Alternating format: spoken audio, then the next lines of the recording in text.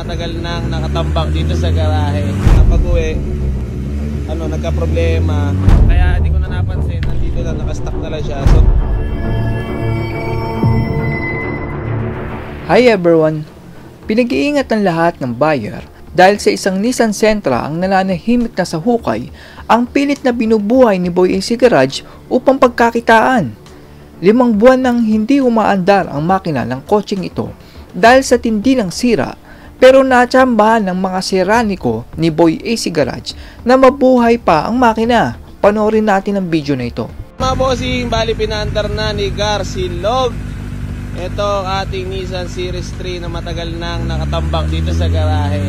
Ito yung binili ko doon nung bandang April ata na pag-uwi. Nagka-problema. Pagkadampot namin, nagkaroon siya ng problema. Kaya hindi ko na napansin, nandito lang, nakastock na lang siya. So binigyan natin ng oras ngayon. Then okay na ba talaga siya? So yan, bali chine-check lang ngayon, pero umandar na. Suwabe na to. Yung project natin to mga bossing. Nissan Series 3 mga bossing yan. Naka-mags siya, pinalitan din natin ng mags. Nilagyan natin siya ng mags, tas makakapalapat na goma niyan. So detail na lang sa loob, tapos onting patino na lang sa makina kasi inaabot sa atin to eh. So yun, Gar Silog, alam mo sasabi mo dyan? Dito ko distributor kasi siyempre matagal na tulog. Dito. Yeah. Let's go. So yan mga bossy, bali alive na ay You're Alive Series 3 mga bossy na 5 months ata or 6 months. 5 months nga mga bossing na na-stock dyan. Yun nga, gaya na sinabi ko kanina, nung inuha namin to maayos, inabot sa amin, so hindi ko na napansin. So binuhay natin yan. Yor, ano pangalan nito, Yor? Pangalanan mo nga. Si Boogie Bag. Kaya si Boogie, ayun o. Kailan mo, Gar? Tutubuan na. Design. Pero still, maayos pa rin ang body mga boss. Testing lang natin mga bossing. Makapanis na yun kasi. Kaya kasi naging to ni naging drawer ni ni Papi Junior nyo. Nilagay niya ng mga gamit. Naging bahay ni Junior. Babay na, mamahalap ka na, palitan lang natin si Doro naman. Ayan, buhay na siya. Nakita natin itong Nissan Sentra na gusto sanang mamahinga na dahil sa katandaan, pero pilit pa rin binuhay ni Boy AC Garage 10 ng kanyang kasamang seraniko. Sa itsura pa lang nitong Nissan Sentra na ito ay mukhang ititirik na kayo nito bago pa man kayo makauwi. Yung itsura pa lang ng makina ay kulang na lang na pakapitan ng talaba sa sobrang tanda na.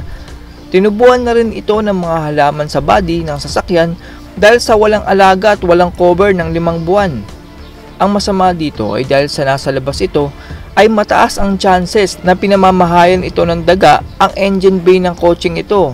Ang mga daga kasi ay na-attract sa makintab na bahagi ng makina, kaya doon sila namamahay. Isa pa ay dahil hindi tumatakbo ang sasakyan ay sobrang naging magandang bahay ito sa mga daga. Ang masisikip na parte at paligid ng makina ay sobrang gandang pagtaguan at bahay ng mga daga.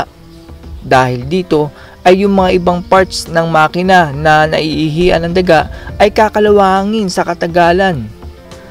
Ang mga electrical wiring at mga hose sa makina ay possible ding kinagat ng mga daga dahilan upang hindi na gumana ng maayos ang electrical at magkaroon ng singaw ang ibang parts ng makina. Kawawa ang makakabili nito dahil ginawan lang ng paraan para mabuhay ang makina. Yung mga pyesa na pinalitan ay hindi naman sinabi ni Boy AC Garage. Malamang sa malamang ay wala talagang biniling pyesa itong si Boy AC Garage at gumamit lang ng mga lumang pyesa basta lang tumakbo ang kotse na ito. Dahil kung papalitan ni Boy AC Garage ng pyesa ang sasakyan na ito ay hindi siya tutubo ng malaki sa mga sasakyan na binibenta niya. Mag-ingat kayo na bilhin ng kotse na ito dahil sakit ng ulo ang aabutin nyo. Kung kayo ay mekaniko ay sige, bilhin nyo yan para mapagpraktisan. Maghanda na rin kayo ng malaking pera Dahil kapag naayos nyo na ang isang sira, ay may masisira na naman sa kotseng yan. Pero kung isa kayong padre de pamilya at naghahangad ng sasakyan para sa inyong pamilya, ay wag na wag nyong susubukan dahil masisira ang inyong buhay. Kung mapapansin nyo ay hindi naman sinabi ni Boy AC Garage ang issue ng sasakyan na yan. Yan ang mahirap kay Boy AC Garage eh. Nagbibigay siya ng maling information sa sasakyan. Wala kayong maririnig kay Boy AC Garage na inayos upang mapaganda ang takbo ng kotse. Isa lang ang ibig sabihin nito, na walang alam si Boy AC Garage sa pag-aayos ng sasakyan. Yan kasi ang mahirap kay Boy AC Garage. Palagi niyang sinasabi sa mga video niya na inabutan siya ng sira nung bilhin niya ang sasakyan.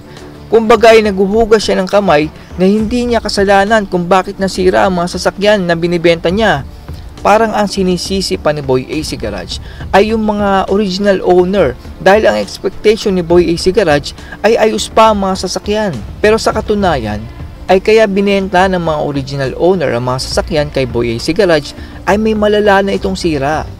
Hindi kayang ipaayos ng original owner ang kotse kaya binenta na lang nila ito katulad ni Boy AC Garage ng pamigay na presyo.